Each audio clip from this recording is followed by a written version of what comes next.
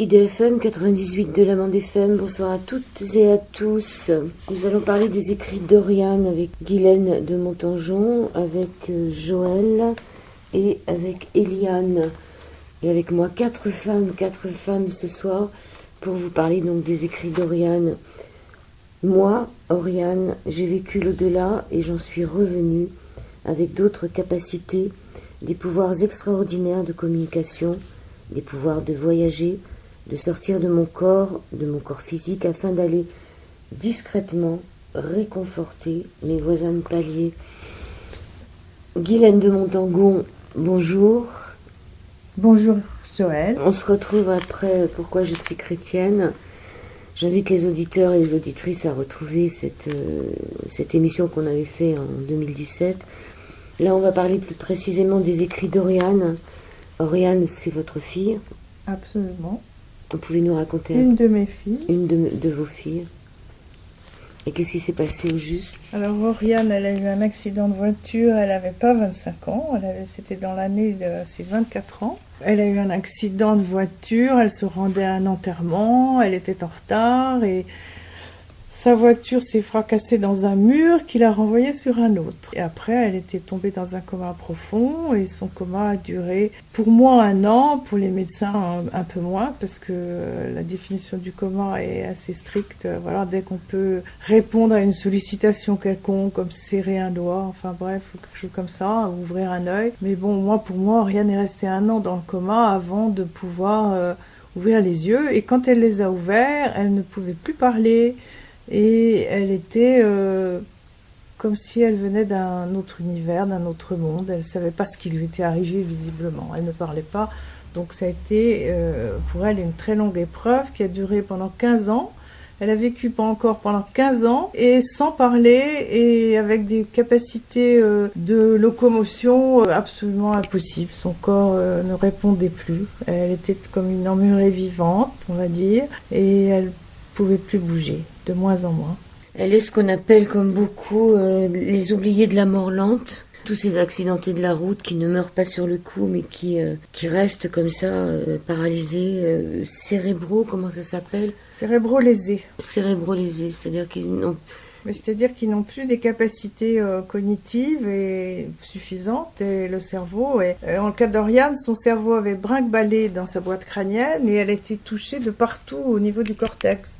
Elle n'avait pas de lésion cérébrale bien précise dans un lobe ou dans un autre, mais en tout cas, tout son cerveau avait été touché, ce qui fait qu'il n'y avait plus de communication entre les neurones. Et de ce fait-là, elle n'avait plus les commandes ni de la parole, ni de la locomotion. Elle écrivait, très mal, mais sur une ardoise effaçable. Ça, c'est arrivé après. Hein. Oui, elle écrivait, oui, après, bien sûr, après. Elle écrivait « Je sais marcher, je sais parler, je peux marcher ». Mais elle ne pouvait pas en réalité. Elle n'avait pas la commande, mais dans son cerveau, elle le pouvait. Donc elle avait perdu tous ses souvenirs antérieurs à 18 ans. Absolument, elle avait perdu tous ses souvenirs, elle ne se souvenait pas qu'elle avait son permis de conduire. Qu'elle avait 2 enfants. Qu'elle avait 2 enfants, absolument. Elle ne se souvenait que de très peu... Enfin, elle se souvenait de son passé très bien, mais pas du tout ni de son présent immédiat, ni des quelques années qui avaient précédé l'accident. À quel moment vous avez pris la décision de l'emmener à Lourdes? Ah. Parce que c'est de là où tout est parti finalement. C'est de là où tout est parti. Ça n'a pas été un miracle. C'est pas moi qui ai pris la décision, c'est elle. À ce moment-là, elle habitait dans une famille d'accueil qui n'était pas très loin de chez moi, puisque moi j'étais avec ses 2 enfants et je ne voulais pas que les petits qui avaient à l'époque 10 mois et 2 ans au moment de l'accident de leur maman, je ne voulais pas qu'ils voient leur maman dans l'état où elle était. Et surtout parce qu'elle ne le reconnaissait pas. Donc on avait trouvé une maison d'accueil qui pouvait la recueillir, qui l'a recueillie pendant quelques temps. Et un jour, elle a expliqué à cette dame qui la gardait, je veux aller à Lourdes. Et comment elle a fait? Alors, comment elle a fait? Ça, c'était, moi, je ne connaissais pas tous ces circuits-là. Moi-même, je n'avais jamais été à Lourdes, donc j'étais un peu éberluée de voir ma fille demander ça. Et puis on a bien sûr accédé à son désir, on a rejoint un convoi qui partait d'Auxerre. À l'époque, j'habitais dans Lyon, et avec cette dame qui s'appelait Marie-Josée. Et nous sommes partis toutes les trois dans une sorte de convoi, j'allais dire, de blessés, plus ou moins graves. Et nous sommes arrivés à Lourdes. Voilà. Et là, donc, elle n'a pas retrouvé la parole ni quoi que ce soit. Mais vous avez rencontré quelqu'un qui vous a amené vers le but de cette émission, c'est de faire connaître la communication facilitée, la psychophanie. Donc, vous avez rencontré quelqu'un qui l'a fait parler, enfin, qui l'a fait écrire. C'est exactement ça. Elle était persuadée qu'elle allait avoir un miracle à Lourdes. Bon, moi, ça me paraissait évidemment très étrange, mais après tout, pourquoi pas? Parce qu'il y en a, il y a quelques miracles à Lourdes, mais bon, moi, j'étais pas spécialement croyante et au point de penser qu'elle allait être guérie à Lourdes. Et puis un jour, où nous sommes restés plusieurs jours finalement, et là, elle a rencontré sur le terre-plein des apparitions de la Vierge, où il y a la fontaine avec tous les... Elle a rencontré une dame qui est venue me voir, enfin nous avons rencontré une dame qui m'a dit « Je vois que votre fille ne parle pas, est-ce que vous voulez que je la fasse écrire ?» Je lui ai dit « Oui, pourquoi pas, mais comment ?» Alors elle m'a dit « Sur un ordinateur ». Alors c'était encore plus surprenant pour moi, parce qu'à l'époque, elle était sortie de Garches avec un alphabet ABCD sur un carton, et elle montrait les lettres. Quand elle voulait communiquer, il fallait qu'elle commence, si elle voulait écrire par exemple « profonde », P, R, O, F, etc. Bon, donc en fait, elle se communiquait comme ça. Et donc cette dame-là, elle lui a mis la main sur un ordinateur et elle a commencé à s'exprimer comme ça. Cette femme habitait au Cerf et elle a continué. Et c'était quoi le premier message? Aucun souvenir. Vous ne vous souvenez pas. Mais enfin, le miracle a eu lieu.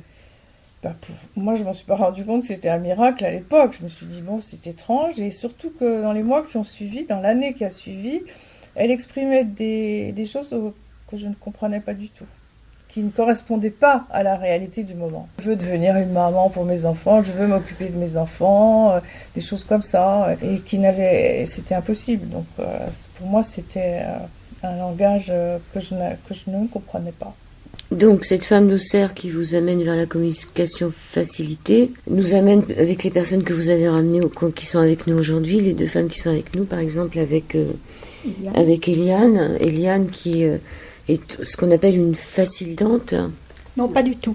Alors moi, je ne pratique pas la communication facilitée. C'est mon fils qui en a profité, comme Oriane. C'est-à-dire qu'il a été facilité par Joël et par une autre personne. Ces personnes, je les ai rencontrées par l'intermédiaire de l'ostéopathe qui suit mon fils. Alors mon fils Jean-Yves est aussi un handicapé suite à un accident de ski.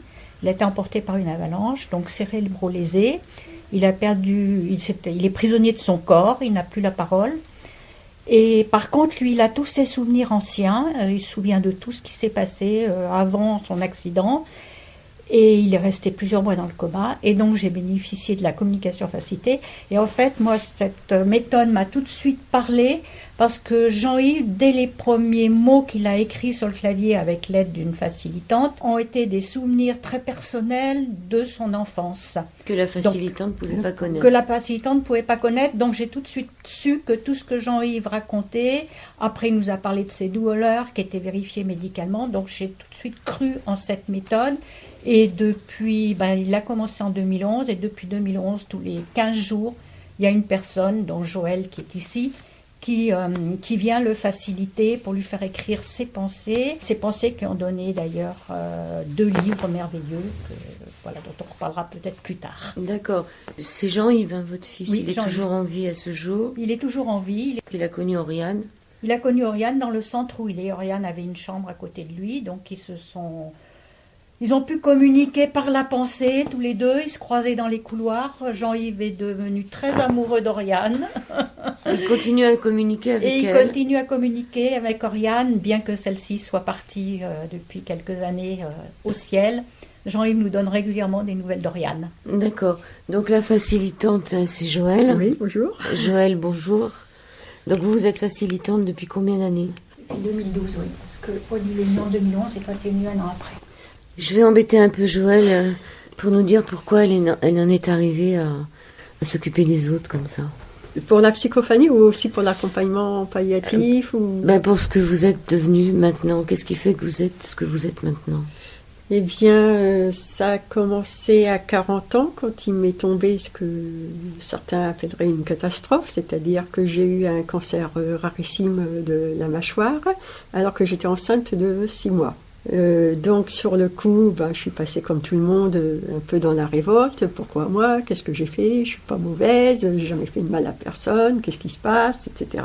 Et puis le choc passé, le déni, l'injustice passée, on réfléchit. Et puis voilà, on a provoqué un accouchement par césarienne à 8 mois pour que le bébé soit viable et pour que moi je puisse survivre aussi, sans que le cancer ait trop le temps de se développer. Ça a donné lieu à une série d'interventions chirurgicales douloureuses psychiquement et physiquement. Et puis malgré tout, la chance que j'avais d'avoir ce bébé qui était là, dont il fallait quand même que je m'occupe, a décuplé ma force de guérison. Je me suis posé beaucoup de questions. Je me suis fait un serment à moi-même en me disant que si je m'en sortais, je ne subirais plus ma vie, je ne sous-vivrais plus, je ne survivrais pas, mais je vivrais tout court. Et en faisant ça, évidemment, j'ai accéléré ma guérison, j'ai repris très vite et je voulais faire tous mes soins moi-même. Donc j'écrasais moi-même les comprimés, je prenais la grosse seringue, je la mettais dans la sonde gastrique, je faisais mes pansements moi-même. Parce que c'était toute la bouche qui était prise. Oui. Donc vous ne pouviez plus vous alimenter par la bouche? Oui, il a fallu un temps de sonde gastrique et puis après il a fallu faire la partie reconstruction. Donc on a pris un grand morceau de chair sur le bras pour le brancher. Enfin, ça a été des opérations longues qui ont duré parfois plus de 10 heures avec 2 jours en réa. Enfin, ça a été vraiment un long parcours. Et malgré tout, avec tous mes tuyaux et mes perfusions, j'étais toujours debout. Toujours barré. Le chirurgien avait même acheté une ardoise avec un feutre pour que je lui dise où j'étais quand il passait, parce que j'étais jamais là. Et en fait, j'étais dans les couloirs. J'étais dans les couloirs et puis j'ai toujours eu une force de vie intense et puis un dynamisme, quoi. Comme on dit, tout ce qui ne tue pas nous rend plus fort. J'allais voir les malades dans les couloirs, je discutais, je leur remontais le moral, même sur le brancard en avant salle d'opération, j'étais toujours là à les tenir, à les accompagner. Puis à la force, après, au bout de 19 opérations, de toute façon, je connaissais le cursus par cœur, donc je répondais à leurs questions et en les rassurant. Et ça a valu des anecdotes assez marrantes d'ailleurs. Et un chirurgien un jour est arrivé et en fait l'infirmière qui était au chômage avec moi puisque je faisais tout, elle me racontait leur peine de cœur.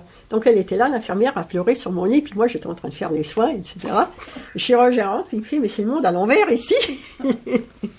Et après il me prend à part dans le couloir, il me fait mais vous savez l'hôpital a besoin de gens comme vous, je vous vois faire depuis un moment. Je vous conseille de vous former à l'accompagnement. Et Jamal? Au début, ça a même été VMEH. VMEH, je visite des malades en milieu hospitalier. Et là, on a une formation, mais très courte, et on visite tous les malades. Et ce que j'ai fait, à un temps donné, et ça me plaisait énormément. J'avais l'impression d'être utile. Alors que vous étiez malade vous-même? J'en étais sortie. Quand même. J'en étais sortie quand même, mais justement, je voulais montrer qu'on peut se sortir de tout. Pour peu que déjà, la première condition, c'est le vouloir. Veux-tu guérir? Je crois que c'est la première question à poser ou à se poser. Et donc, j'ai accompagné les malades et après, j'ai trouvé qu'il me manquait quelque chose. J'avais envie d'en apprendre plus, donc je me suis formée à l'accompagnement en soins palliatifs pendant 3 ans. Jamal. C'est là qu'on s'est connus. C'est là qu'on s'est connus. Et après, j'ai accompagné les endeuillés aussi. Et puis, au bout d'un moment, accompagner les malades en soins palliatifs. Bon, déjà, on me disait, mais qu'est-ce que tu fais à retourner, mettre la gueule, tu retournes mettre dans la gueule du loup, comme on dit. Alors qu'au contraire, ça me faisait le plus grand bien, parce que je me disais, mais j'ai la chance de rentrer chez moi, j'ai la chance d'être vivante, j'ai la chance d'être debout, de porter un peu d'oxygène de dehors et de montrer qu'on peut sortir aussi de tout. Ouais. Et donc voilà, je transmettais un message d'espoir, je recueillais de l'eau, j'ai eu de belles leçons de vie aussi avec ces malades. Et puis très vite, j'ai trouvé qu'il me manquait un outil parce que je rentrais dans une pièce et je sentais que les malades en soins palliatifs voulaient me dire des choses, mais ils étaient dans la capacité de me le dire. Et je me suis dit, il me manque un outil. Comment vous êtes tombée sur la... J'ai rencontré Hélène et j'étais intriguée quand elle m'a parlé justement de la psychophanie et je lui ai demandé d'assister à une séance. J'ai assisté à une séance et je me suis dit, c'est ça qu'il me faut. Je veux me former à ça. Donc vous êtes formé quoi, à la communication facilitée ou à la psychophanie? Les deux sont liés. Oui. Quelle différence? Alors la différence, la communication facilitée, c'est on prend la main de quelqu'un qui ne peut plus s'exprimer, mais qui a la capacité quand même consciente de le faire. Donc qui est privé de la parole, on lui prend la main et consciemment il regarde avec ses yeux et il nous fait toucher du doigt les lettres avec de façon consciente. Alors que la psychophanie, la personne ferme les yeux, ou est absente, ou est dans l'incapacité. Oui, dans le coma. Voilà. c'est ça la différence. CF, dans le but de rendre les gens autonomes pour s'exprimer. Donc on peut dire qu'il y a un côté peut-être plus spirituel dans l'un que dans l'autre. Oui. Est-ce qu'il y en a un où on va pas contacter les défunts? C'est pas le but. C'est pas le but du tout. Non, la psychophanie. Ce n'est pas le but du tout. Non. J'ai Non, là non. le document d'Odile Muglia. Voilà. La communication profonde accompagnée est une technique innovante de connaissance et d'expression de soi. Elle convient à tout âge, du jeune enfant à la personne adulte. C'est également une technique qui permet la mise en mots des pensées lorsque la parole est absente suite à une maladie ou un accident. Et c'est fait pour diminuer les stress, les angoisses, les phobies, la déprime, les cauchemars, l'énurésie, les troubles blocages. autistiques, la dyslexie, le bégaiement, l'hyperactivité, les troubles du comportement. Ou les maladies genre Alzheimer, on peut communiquer. Voilà, moi je trouve que cette méthode, qu'on appelle la communication facilitée ou profonde accompagnée, devrait être utilisée pour toutes les personnes avec Alzheimer. Mais oui, parce qu'on les considère comme des débiles. Moi, il n'y a rien qui puisse me mortifier autant que ça.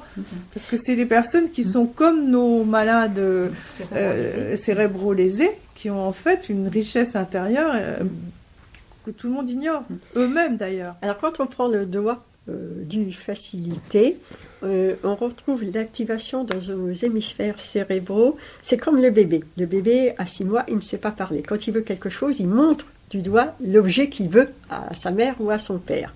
Et quand le langage apparaît, le pointé du doigt disparaît. C'est exactement la même chose dans la psychophanie, c'est-à-dire que quand on prend le doigt, ça a été prouvé par des travaux d'un psychiatre et neurophysicien, je ne sais plus trop quoi, qui s'appelait Geithner, qui a mis des électrodes sur le cerveau du facilitant et du facilité, et qui a constaté que pendant la séance de psychophanie, il y avait une émission d'ondes électriques de mon hémisphère gauche, moi facilitante, vers l'hémisphère droit du facilité, et comme par hasard, c'est ma zone du langage et la zone émotionnelle du facilité. C'est pour ça qu'on disait que ça ressemblait un peu plus qu'un cerveau. à du Voilà, on Wi-Fi. n'est plus qu'un cerveau avec nos deux hémisphères. Comme qui sont si on branchés. était tous branchés sur une conscience universelle Je pense. et que c'est une fréquence Wi-Fi, c'est-à-dire. C'est ça, Oui, tout à fait. c'est ça. En Ouais. fonction on a des états de conscience modifiés en fonction du réglage où on se met. Quand on est sur la même longueur d'onde, ça prend tout son sens figuré ou propre. Hein. Oui, ce sont des états de conscience modifiés qui ont été étudiés il y a très longtemps par un physicien qui s'appelait Patrick Draw, qui a écrit des livres qui existent depuis au moins 20 ou 30 ans. Et puis vous avez le livre aussi extraordinaire, Voyage au-delà de mon cerveau. Ah oui, de Boyle. Et vous avez les livres, surtout maintenant qu'il faut absolument connaître, du grand professeur Eben Alexander. La preuve du La paradis. preuve du paradis. Absolument. D'accord. Il est dit qu'il ne faut pas que le facilitant parle. Vous ne parlez pas, c'est-à-dire que tout reste dans le silence, c'est une communication non verbale. C'est ça, on fait le vide intérieur dans notre tête pour pouvoir recevoir le message. Et le retranscrire. On sert de boîte à lettres. Guylaine, est-ce que ça vous a soulagé quand finalement votre fille a commencé à pouvoir s'exprimer? Elle, comme ce sont les écrits d'Oriane, il y a beaucoup de messages dans ce livre où on voit ce qu'elle a à vous dire. Mais vous, en tant que mère, qu'est-ce que ça vous a fait? Est-ce que je voudrais compléter ce que dit Joël, parce que ce qui est intéressant, c'est que finalement, la facilitante, souvent, elle ne comprend pas ce qu'elle écrit. Et ce qui fait que, bon, moi, au début, je ne comprenais pas ce que Oriane voulait dire non plus. Mais ce qui m'a tout à fait rassurée, c'est que, pour revenir aussi à ce que disait Eliane, c'est qu'il y a des choses il n'y a que elles-mêmes, ceux qui écrivent sur ce clavier d'ordinateur, qui peuvent le savoir. Et nous, les mères, en tout cas, évidemment, on voit de quoi il s'agit tout de suite, très vite. Mais très souvent, je n'étais pas là, moi, pendant les séances. Et je dois dire que je découvrais une dimension d'Oriane que je ne connaissais pas. Je découvrais ce qu'on pourrait appeler aujourd'hui son âme, son soi, son être intérieur. Et c'est vrai qu'à partir de là, ça m'a beaucoup impressionnée. J'ai gardé tous ses écrits et j'avais décidé, je lui ai parlé de faire un livre avec elle et le livre s'est terminé en fait le jour de sa mort. Pour moi, il était le matin de sa mort, je savais que le livre était terminé. C'est très curieux, j'avais eu cette intuition-là, alors que rien ne pouvait laisser présager qu'elle allait partir ce jour-là. Oui, vous expliquez que vous l'avez quitté le soir en partant, en reculant de la chambre, Oui, comme mais d'habitude. que vous étiez persuadé de le voir le lendemain. D'ailleurs, Jean-Yves, qui était son compagnon pas de chambre, mais Prédilection. de cœur, n'était pas content parce qu'elle ne l'avait pas prévenu non plus qu'elle allait partir. Exact, tout à fait exact.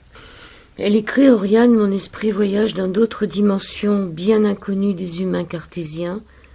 Tout a commencé suite à mon accident. Je me suis mise à flotter, à sortir de mon corps physique, et dans mon premier voyage, j'ai connu l'illumination terrestre, ce qui correspond à la notion de paradis pour simplifier.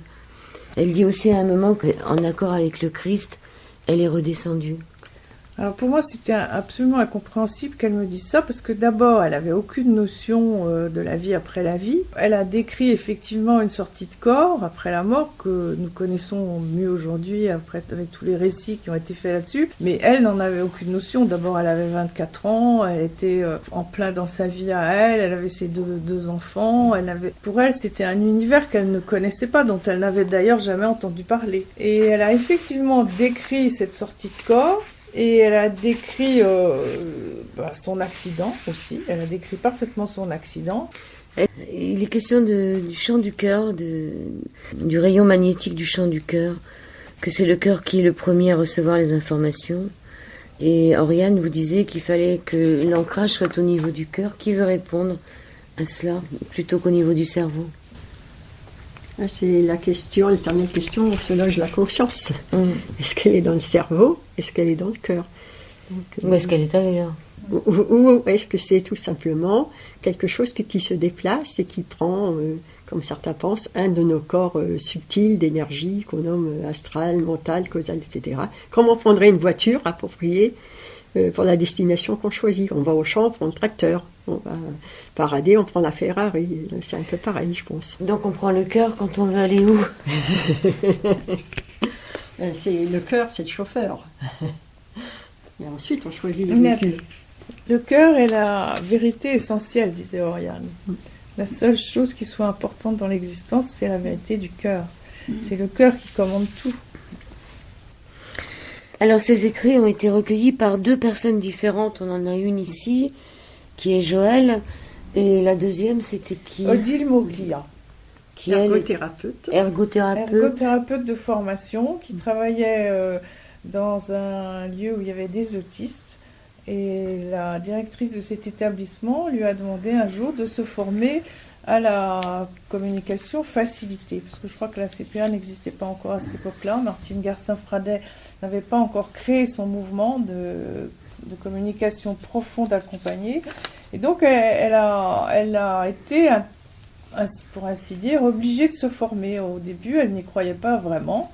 Et puis, elle a découvert très, très vite que c'était quelque chose qui apportait vraiment, qui aidait ces autistes à s'exprimer et donc à mieux vivre. Et les autistes qui bénéficient de cette méthode voient leur agressivité, leur violence disparaître. Il y a certains malades qui n'ont plus besoin de médicaments, etc. Il y a vraiment un effet de mieux-être. Parce qu'ils sont entendus.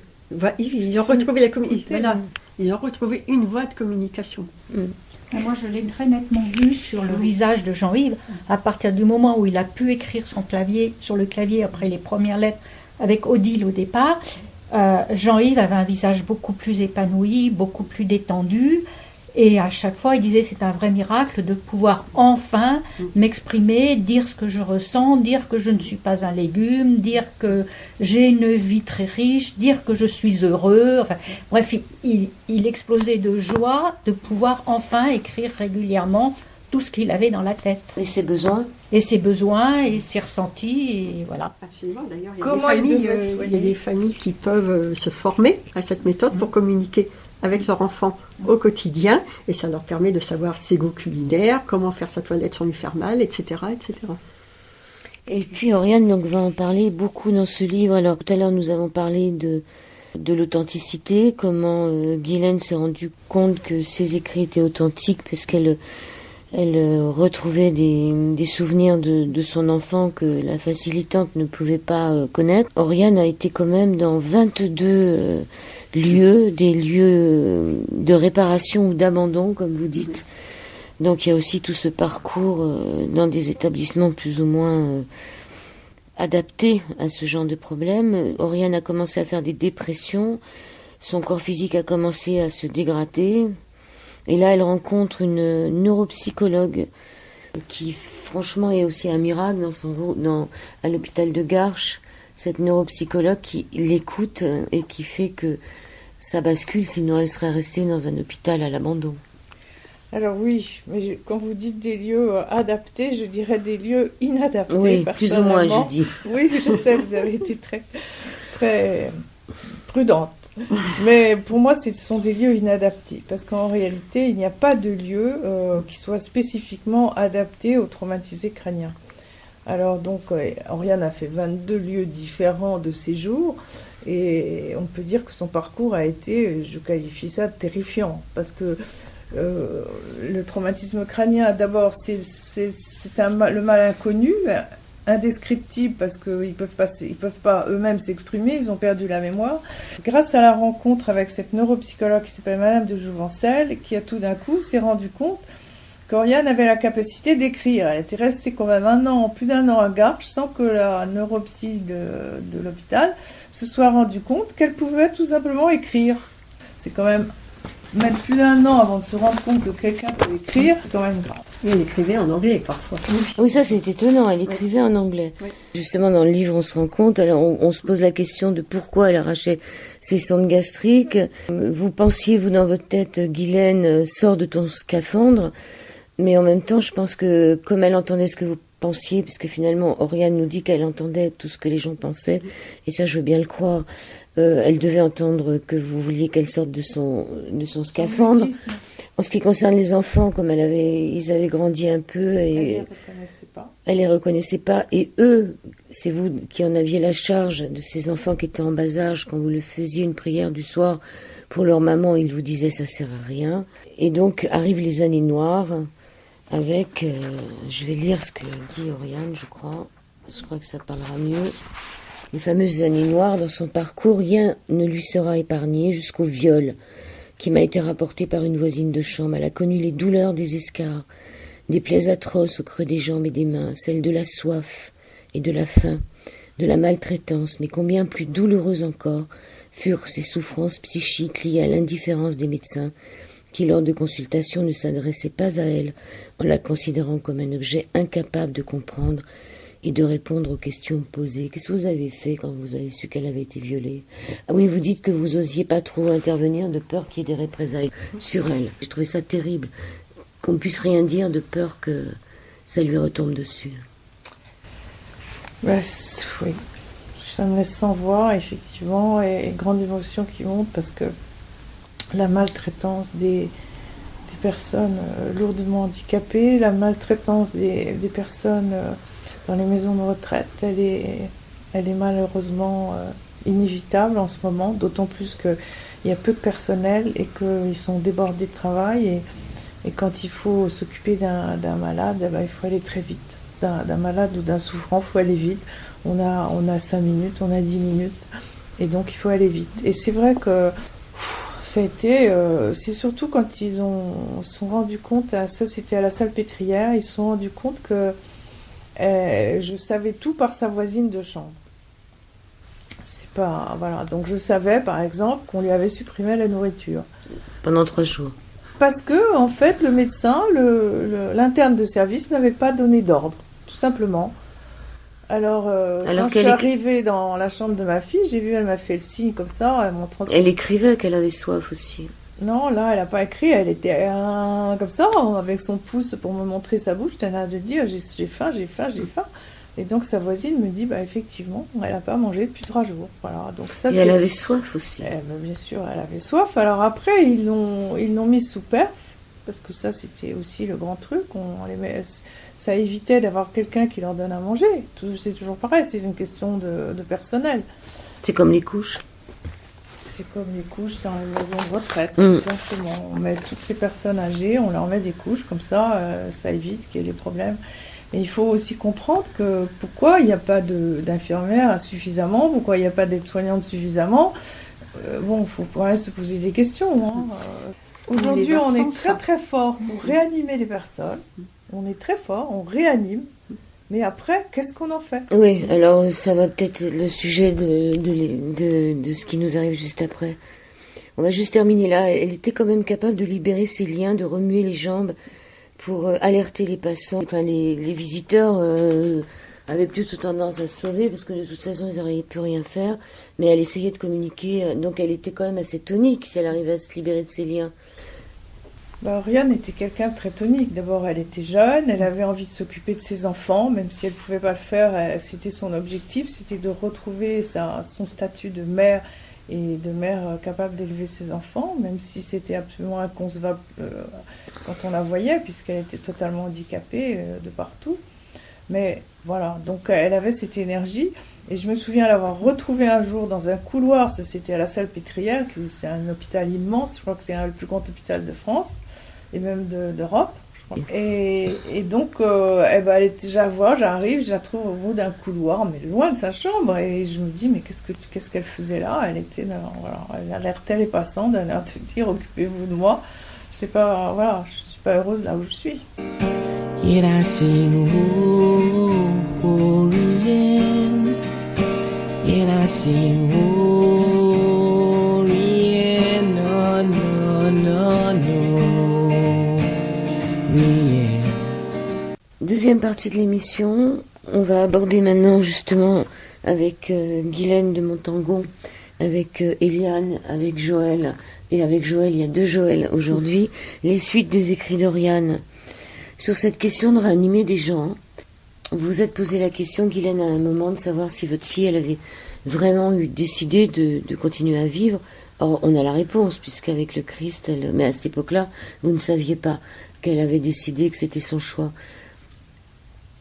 On est quand même à un moment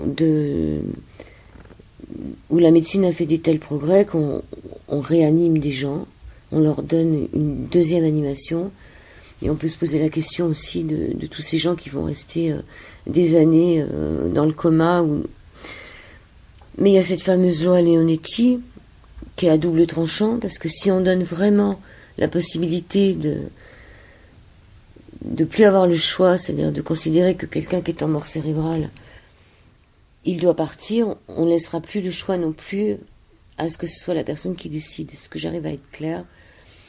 C'est quand même, en tant que mère, vous posiez la question de savoir, si on vous avait posé la question à vous, qu'est-ce que vous auriez répondu? Vous auriez voulu qu'elle vive de toute façon? Non. Pas forcément. Pas forcément. Si on m'avait vraiment dit la vérité, en me disant ce qu'elle allait devenir, et ça les médecins le savaient à l'époque, je pense que j'aurais dit, écoutez, laissez-la partir. Et d'ailleurs, j'avais des amis médecins à l'époque qui m'ont dit que s'ils avaient été à la place des gens qui étaient dans ce service de réanimation, ils l'auraient laissé partir. Parce qu'elle était vraiment au seuil de la mort, au seuil.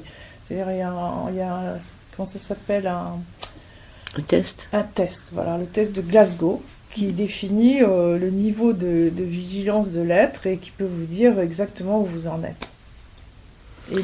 Et elle était vraiment à la limite même de la vie, entre la vie et la mort. Donc logiquement, dans ces cas-là, on les laisse partir. Mais elle a été réanimée plusieurs fois, regarde, parce qu'elle s'est laissée mourir plusieurs fois. Oui, elle a retiré ses sondes. Donc, ce que je regarde dans cette histoire, c'est à qui doit décider. Est-ce que c'est le malade? Est-ce que c'est la famille? La famille n'a plus le droit de décider, puisque maintenant c'est la médecine qui décide à sa place, depuis 2017, depuis le janvier. Non, je pense pas que ce soit que la médecine qui décide. Je crois qu'actuellement, il y a il y a les directives anticipées, déjà, qu'il faut établir avant, que oui, tout le monde mais peut on fait établir. partie... Oui, mais si on n'en a pas fait. C'est quoi la directive anticipée? Les directives anticipées, c'est un formulaire à remplir de son vivant pour dire ses préférences au cas où on ne pourrait plus exprimer l'acharnement thérapeutique, etc. Donc on fait part de son vivant par écrit et on peut modifier à tout moment. Et ainsi, quand le problème se présente, c'est un conseil entre le personnel médical, la famille et ce qui est marqué dans les directives anticipées. On les respecte un maximum. Et la nouvelle loi qui vient de sortir actuellement, c'est que c'est le médecin qui décide finalement en fin de compte. C'est-à-dire, on organise une réunion où sont là tous les soignants, L'infirmière, les aides-soignants, la famille ou les représentants de la famille, ou la personne de confiance qui a été nommée. Mais on n'imagine pas un Jean-Yves ou une Oriane à l'âge qu'ils avaient avec leur papier dans leur poche en disant s'il m'arrive quelque chose, ça c'est pas possible. Donc on peut dire que la plupart des jeunes à qui ça arrive, qui ont un accident de cet ordre-là, ils n'ont pas encore nommé une personne de confiance. Il faut quand même avoir une certaine déjà maturité pour pouvoir le faire. Il faut déjà y penser. Et il faut y penser, il faut savoir qui on va nommer, hein, déjà, c'est pas évident. Je veux dire que Oriane, elle a été réanimée et normalement, elle n'aurait pas dû l'être. On vous a pas demandé votre avis? Ah ben non, elle était majeure. D'accord. Donc la mère, les parents n'en interfèrent pas. Et qu'est-ce qui s'est passé pour Jean-Yves, Eliane? Alors moi, pour Jean-Yves, en fait, c'est vrai que les directions anticipées, si Jean-Yves, je lui avais demandé, est-ce que tu voudrais finir ta vie dans un fauteuil, alors que c'était un sportif de haut niveau, il préparait un brevet de guide de haute montagne, il m'aurait dit, ah non, certainement pas, maman, tu arrêtes tout. Et maintenant, il arrive à dire qu'il est plus heureux qu'avant. Mais oui, voilà, c'est là où je voulais Voilà. en arriver toutes Donc, les deux. Parce que si vous aviez fait le choix... comment Ghislaine, choisir? On ne peut pas voilà, choisir la Ghislaine, place de quelqu'un. Guylaine, si vous aviez fait le choix de laisser partir Oriane, on ne serait pas en train d'en parler maintenant. Non, et Parce puis- que moi, dans ce que je vois dans tout ce livre, c'est qu'Oriane, bon, c'est vraiment un livre à lire, elle part, elle fait des corporations, elle visite d'autres mondes, elle rencontre des extraterrestres, c'est à peine abordé, mais elle dit qu'ils existent, elle dit que la mort n'existe pas, elle vit dans un monde, elle est là pour donner des messages, pour aider les gens qui sont dans le même état qu'elle, elle est là pour parler d'amour, elle a beaucoup de messages à donner, donc ça serait quand même dommage que... Mais il y a beaucoup de souffrance aussi au départ. Elle a mis 13 ans avant d'accepter son état. Ce qui veut dire que pendant 13 ans, elle était en rébellion constante. Elle apprenait des messages, elle a pris des messages assez vite quand elle était à Lourdes. Ça s'est dû se passer 3 ans après son accident, probablement. Mais de toute façon, jusqu'au moment où elle est arrivée à Houdan, dans l'hôpital de Houdan, on peut dire qu'elle était en rébellion complète. Il fallait pas lui dire qu'elle était handicapée, il fallait pas lui dire qu'elle avait des enfants, et c'était tout le temps la même question, qu'est-ce que je fais là? Qu'est-ce qui m'est arrivé? Et quand je lui disais, ah, tu as eu un accident. Ah bon, j'ai pas eu d'accident, je ne sais pas conduire. Voilà, elle ne voulait absolument pas accepter son état. Et là, c'était une grande, grande souffrance. Le livre a été fait sur les 2 dernières années de sa vie, avec les messages de ce moment-là. Effectivement, si elle était morte 13 ans plus tôt, on n'aurait pas tous ces magnifiques messages. Oui, voilà, c'est toute la question qu'on peut se poser. De quel droit on va... On peut dire qu'elle a gagné plusieurs vies, tout simplement. Non, mais c'est même sur l'euthanasie, je veux dire. Voilà, c'est toute la question de savoir qui prend la décision pour qui. Alors, elle écrit à la page 45, « Mon handicap physique me gêne et le regard d'impuissance de certains soignants est parfois difficile à supporter. Pourquoi m'adresse-t-on parfois la parole sur un ton infantile? Je souffre du regard des professionnels. » Comment ça s'est passé pour Jean-Yves alors? Ouais, pour Jean-Yves, on a eu un parcours totalement différent parce que Jean-Yves, il a eu, bon, après un long coma, c'est vrai qu'il a passé 4 mois dans un mouroir. Là, c'est pareil, il était sous-alimenté, on ne le levait pas. Il fallait qu'il meure. Alors, on les réanime, hein, on fait tout. Pendant 4 mois, il est en soins intensifs, on le réanime et tout. Après, on le colle dans un truc où finalement, on a décidé que non, il fallait plus qu'il vive. Donc, on le sous-alimente. En 4 mois, il avait perdu 8 kilos. Et c'est seulement quand j'ai pu le remonter en région parisienne et quand il est arrivé à Houdan que là, le médecin m'a dit, mais attendez, votre fils est complètement anémié, il est surdrogué, il a de la morphine, il a du Valium, est-ce qu'il en a vraiment besoin? J'ai dit non. Il me dit, attendez, je vais le rebooster, puis vous allez voir, dans 15 jours, il va commencer à communiquer. 3 jours après, Jean-Yves, il disait oui avec le pouce. Et par contre, c'est vrai que nous, du coup, on a eu un parcours, il est arrivé à Houdan, ça fait 10 ans maintenant, et où là, c'est un service où je dois dire le 5 étoiles des centres d'accueil, parce que vraiment le personnel est aux petits soins, ils sont levés, ils sont propres, on fait attention à leurs désirs, on organise des sorties. Là, la semaine dernière, on était au bowling, ils arrivent à les faire jouer au bowling. Les grands handicapés qui ne peuvent pas bouger, ils arrivent à jouer au bowling. Enfin bref, donc et Jean-Yves, finalement, il a très vite accepté son handicap, il le dit tout de suite. Alors, comme Oriane, il raconte qu'il est monté là-haut, et que du coup, là-haut, on lui a dit qu'il avait une mission sur Terre, qu'il fallait qu'il y retourne. Donc il est redescendu, donc lui il avait décidé de vivre pour cette mission. Et cette mission, c'est justement, il le dit très clairement dans son livre, c'est de faire comprendre aux gens que ce ne sont pas des légumes, qu'on n'a pas le droit de décider de vie ou de mort. C'est ce que j'essayais de C'est dire. à eux de savoir s'ils veulent vivre ou pas, Oui, et pas à nous de décider.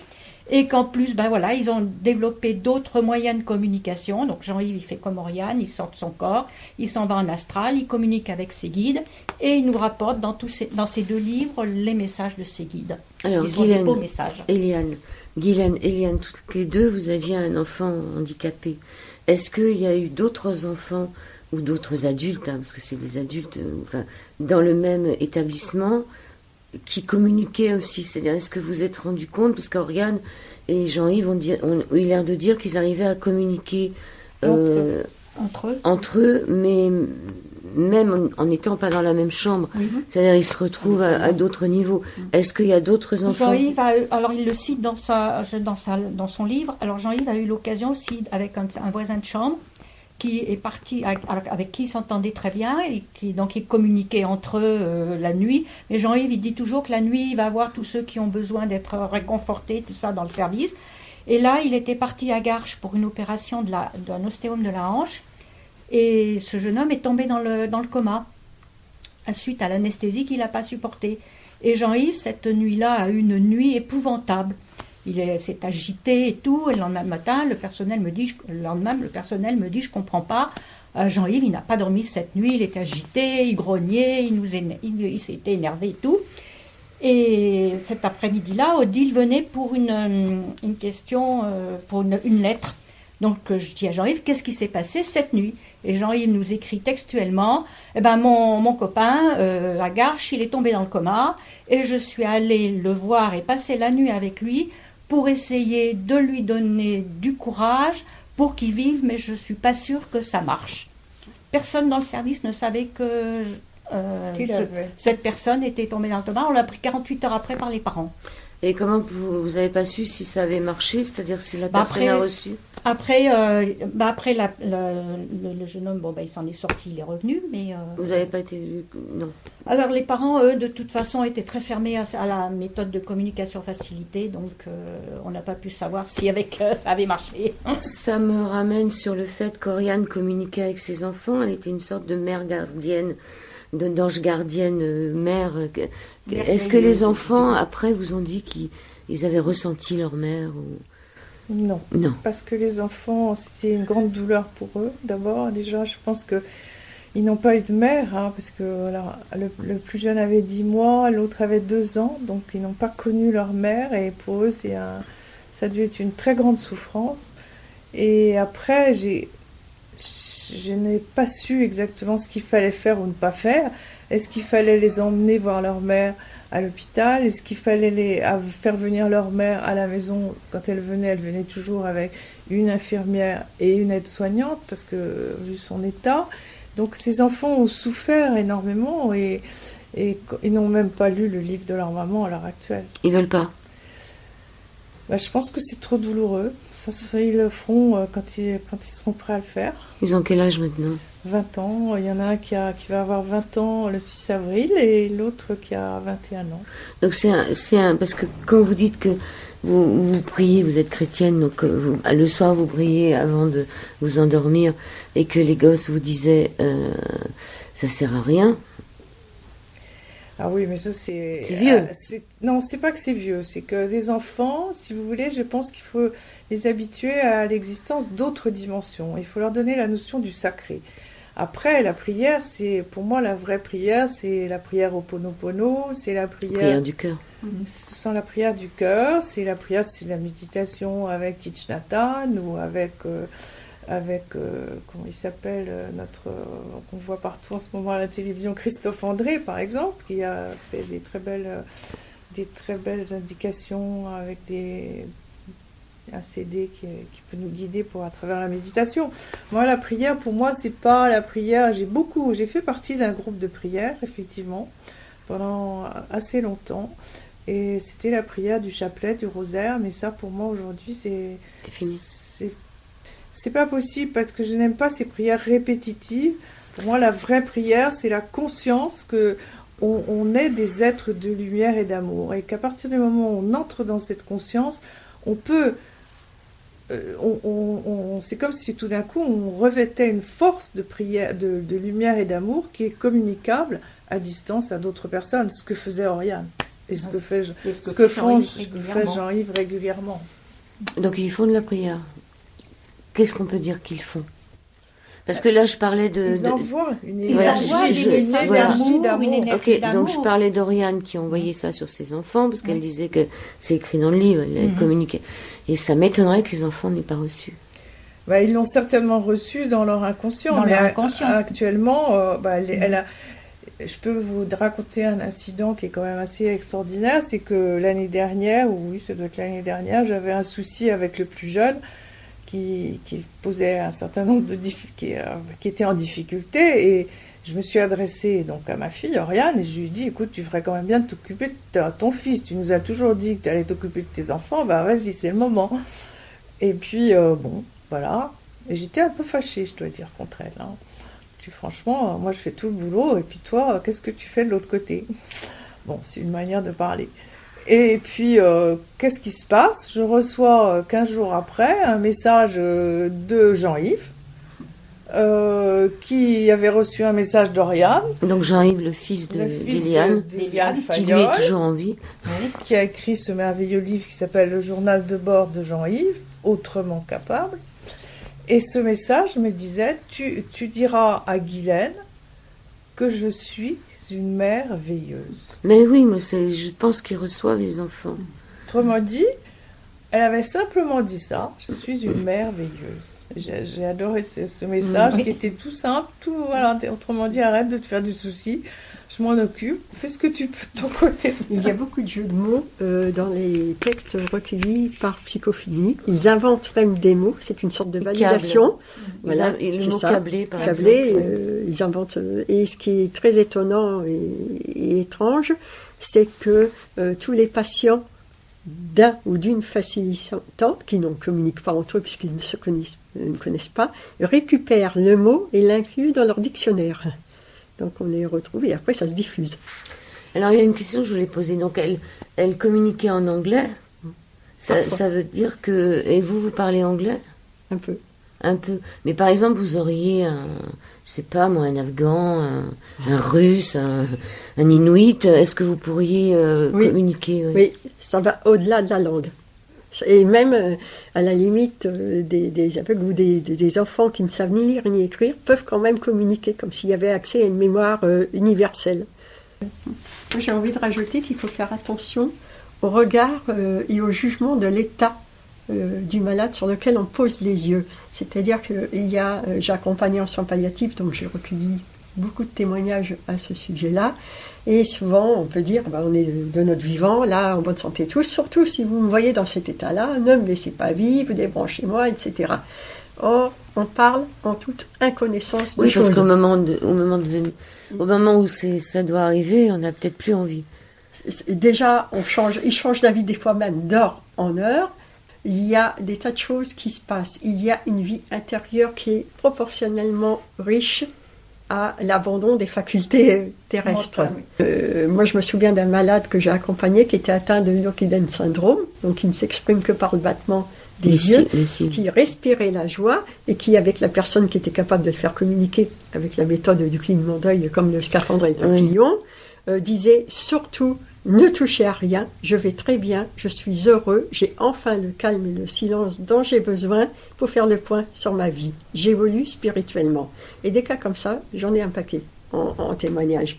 Donc, on se mêle de quelque chose qui ne nous regarde pas avec nos projections de la peur de souffrir, de la peur de la mort. Et dans le phénomène de l'euthanasie, on demande aux personnes de prendre position sur une question dont ils ne connaissent rien. J'ai fait partie du staff du personnel qui s'occupait des soins palliatifs, et il n'y a jamais de demande d'euthanasie ou de renouvellement quand la personne est soulagée ou psychiquement ou physiquement ou les deux. Donc, à mon avis, c'est toujours une mauvaise réponse à une bonne question. Dans notre société, on a peur de la mort, c'est-à-dire qu'on On sait, et voilà, c'est pour ça qu'il y a tellement, en ce moment, on parle que de la jeunesse. D'ailleurs, on s'occupe plus des personnes âgées aujourd'hui. On a peur de souffrir à la voilà, mort. et c'est la jeunesse qui est importante. L'instant présent aussi, parce que c'est ce qui nous est indiqué par tous nos spirituels aujourd'hui. En même temps, cette peur de la mort, d'ailleurs, dans un hôpital, quand vous mourrez dans un hôpital, Joël, on vous emmène 3 heures après, vous partez dans une chambre froide, voilà, en attendant que vous soyez incinéré ou enterré. Donc on ne fait même pas de veillée aux morts. Non, et quand on va dans d'autres pays, par exemple, moi j'ai été beaucoup en Nouvelle-Zélande, par exemple, avec les peuples maoris, il y a tout ce respect du mourant qu'on accompagne, qu'on fête, qui est là, voilà, il y a tout ce départ et cette croyance dans la vie après la vie, finalement, d'une certaine manière, qui fait qu'on n'oublie pas aujourd'hui.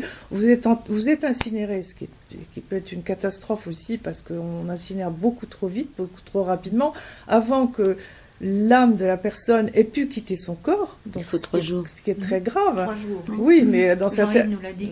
Au Tibet, c'est 7 jours, hein, faut pas oublier. C'est bon. Donc nous, on enterre beaucoup trop vite. 3 jours, c'est le temps qu'il faut à tous les corps énergétiques pour continuer de quitter le corps et continuer leur métamorphose. C'est pas je suis vivant, je suis mort. Même les cellules meurent petit à petit. C'est même en fonction de tout ce qui meurt petit à petit en nous qu'on détecte. Le processus de la mort démarre bien avant la mort réelle. Oui, aussi. Et j'ai pu constater, vu que je vois les auras, je l'ai constaté sur des personnes à qui je disais au revoir, qui venaient de décéder 2 ou 3 jours après. Et la première fois, ça m'avait surpris parce que je voyais les corps énergétiques entre 1 et 3 jours. Donc je peux témoigner, une facto, que oui, c'est au bout de 3 jours qu'il n'y en a plus, qu'il n'y a plus d'aura. Mais de 1 à 3 jours, ça fait drôle quand vous voyez les corps étinceler. Et encore, ça dépend des personnes. Je pense que 3 jours, c'est le minimum, c'est ce que tu dis, mais il y a des gens qui sont tellement ancrés dans leur corps émotionnel qu'ils n'arrivent pas à le quitter. Et ce corps émotionnel, il perdure et il va dans le bas astral, ce qu'on appelle, et c'est pour ça que c'est dans cet univers-là qu'interviennent les médiums, notamment. Et je ne vais pas en parler là. Parce que c'est intéressant, parce que si ceux qui n'arrivent pas à quitter ce monde restent dans le bas astral, ça voudrait dire que ceux qu'on n'arrive plus à rejoindre, ils sont montés très haut. Absolument, oui. C'est le principe des âmes errantes qui sont coincées entre 2 plans et 2 dimensions parce qu'il y a quelque chose qui n'a pas été réglé sur Terre, parce qu'ils sont trop attachés à leur maison, etc. Ou parce qu'on ne les a pas laissés partir. Oui, je pense que de toute façon, ils partiront. Ceux-là partiront. Mais les âmes errantes coincées entre 2 plans, c'est plus compliqué, ça peut durer plus longtemps. Mais là, avec Joël, on a eu un cas un peu particulier, c'est que ma fille a déménagé. Et mon petit-fils, toutes les nuits, se levait au milieu de la nuit, allait se réfugier dans le lit à maman. Alors ma fille est très cartésienne, donc... Et puis un jour, je dis à Jean-Yves, je ne sais pas comment j'ai eu l'intuition, je dis, mais dis donc Jean-Yves, est-ce que parce qu'on y va toutes les semaines chez ma fille avec Jean-Yves. Je dis, mais dis donc Jean-Yves, toi qui t'aurais pas senti quelque chose dans la maison de Sandrine? Et puis, quand Joël est venu, je lui ai dit, pose la question à Jean-Yves. Et là, ils se sont connectés à Oscar, qui était en vacances, à mon petit-fils, et qui a raconté qu'il y avait une âme, justement, la nuit, qui venait le déranger, qu'il voulait une petite chouette, que ci, que ça. Et que donc, quand il est rentré de vacances, j'ai acheté la chouette. Il était ravi. Il l'a appelée Nettie. On peut acheter des chouettes. Oui, des chouettes en peluche. Ah oui, d'accord. Oui. Et donc, oui. Et donc, j'ai acheté cette chouette, il l'a appelée Nettie. Depuis ce jour-là, il s'est plus levé. Donc ça voudrait dire que tous ces polytraumatisés qui sont un peu... Ils développent d'autres sensations et d'autres ressentis. Qui sont dans nos hôpitaux, sont là un peu comme des anges gardiens. Et c'est pour ça que Jean-Yves, il dit bien que, malgré son handicap, malgré ses douleurs, il dit quand même qu'il en a très peu, mais malgré son handicap, malgré ses douleurs, malgré le fait d'être privé d'un tas de choses, il est plus heureux qu'avant parce qu'il a une vie beaucoup plus riche, beaucoup plus intéressante, qui est axée sur l'amour, le cœur, la spiritualité et des tas de choses comme ça. Moi j'ai remarqué au cours des séances que plus la personne est handicapée, plus son niveau spirituel, son notion de valeur humaine est élevée. Je vous remercie toutes les 3. Les livres de Guylaine de Montorgon sont les écrits d'Oriane, Pourquoi je suis chrétienne. C'est 2 livres différents. Les livres d'Eliane, c'est Jean-Yves et Eliane Fayolle, le journal de bord de Jean-Yves.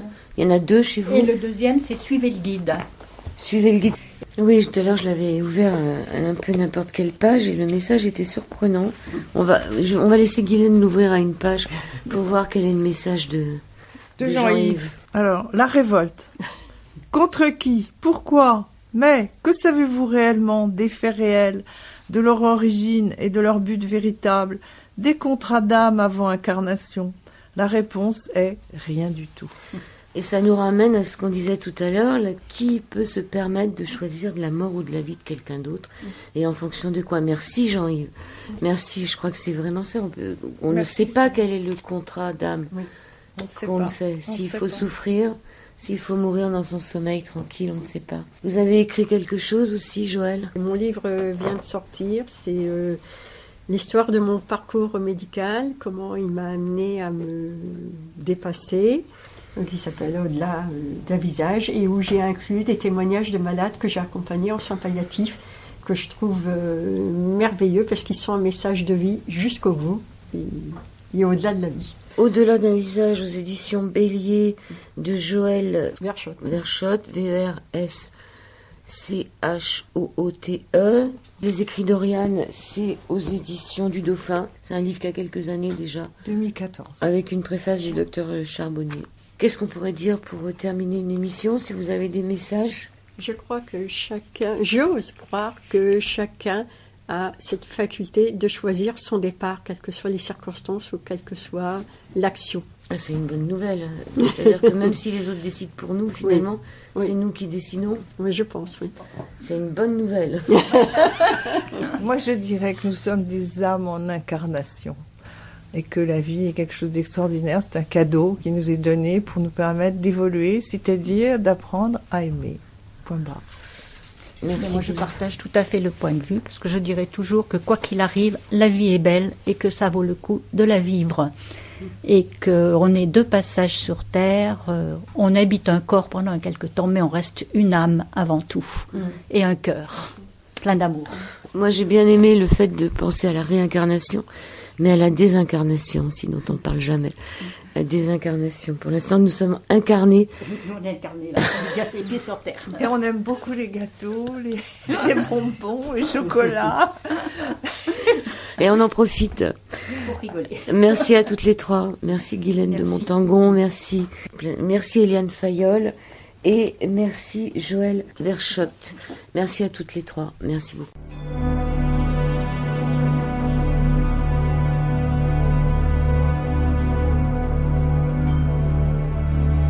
Sur les 98 MHz de la bande FM, chargez-vous en ondes positives.